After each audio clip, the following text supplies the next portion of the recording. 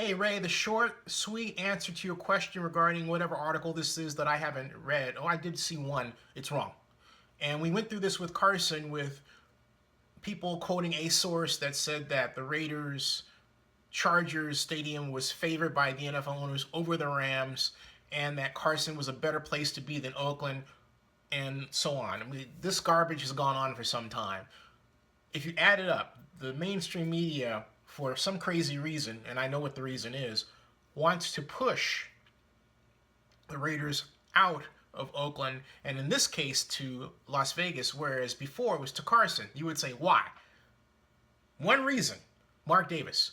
Because in order to curry favor with and maintain access with Mark Davis, the media people are basically repeating his ideas and telling him what he wants to hear so that he is less likely to shun them or ignore them. That's what's going on. That's precisely what's going on. That's why you don't have a cacophony of people used to in the early days of media speaking against what the Raiders are doing.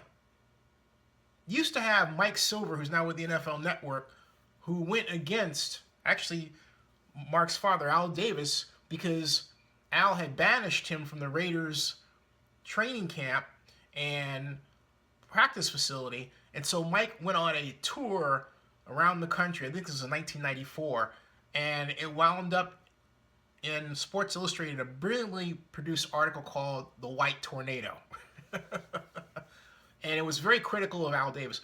When was the last time you saw anything like that where a news organization was critical of an NFL owner outside of me being critical of Mark Davis? Think about it. You don't see that anymore. That should tell you right there what's going on.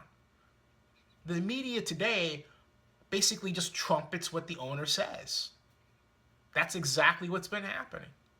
And on top of that, they being the mainstream media, are not experts at stadium financing and design or urban planning, so they don't know how to intellectually evaluate a situation separate from what they're being told by the people that they're covering.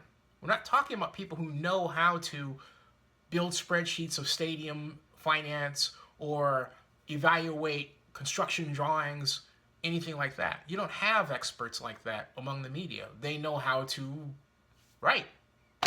That's it. And a lot of people know how to write. And that's it. And in this day and age, anybody can basically look and say, hey, look, I'm going to make this easy on myself, and so therefore I'm going to report what Mr. Davis tells me. And that's the other part of it.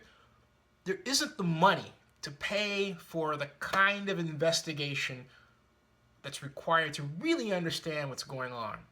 And so what happens is you get articles like the one you're quoting me from some source. That source can be anybody.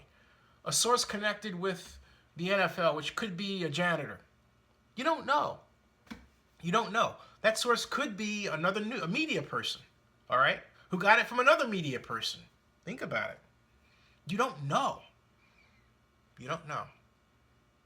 All you know is that it came from a brand that you've heard of. And so because of that, you assume the story is correct.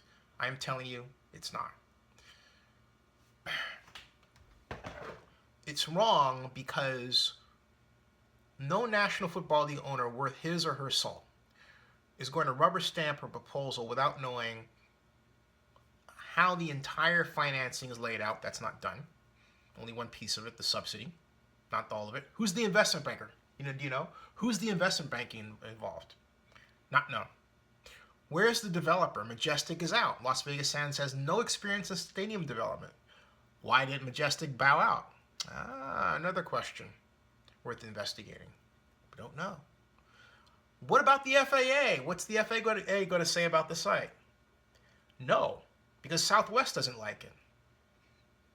Those are some of the many problems. Oh, and then of course there's the infrastructure cost.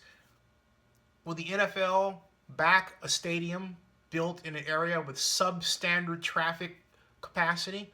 No, they're not going to do that. Okay? The NFL is not about just putting a stadium in the desert. Okay, let's just get that out of the way. So the article's wrong. It's silly too.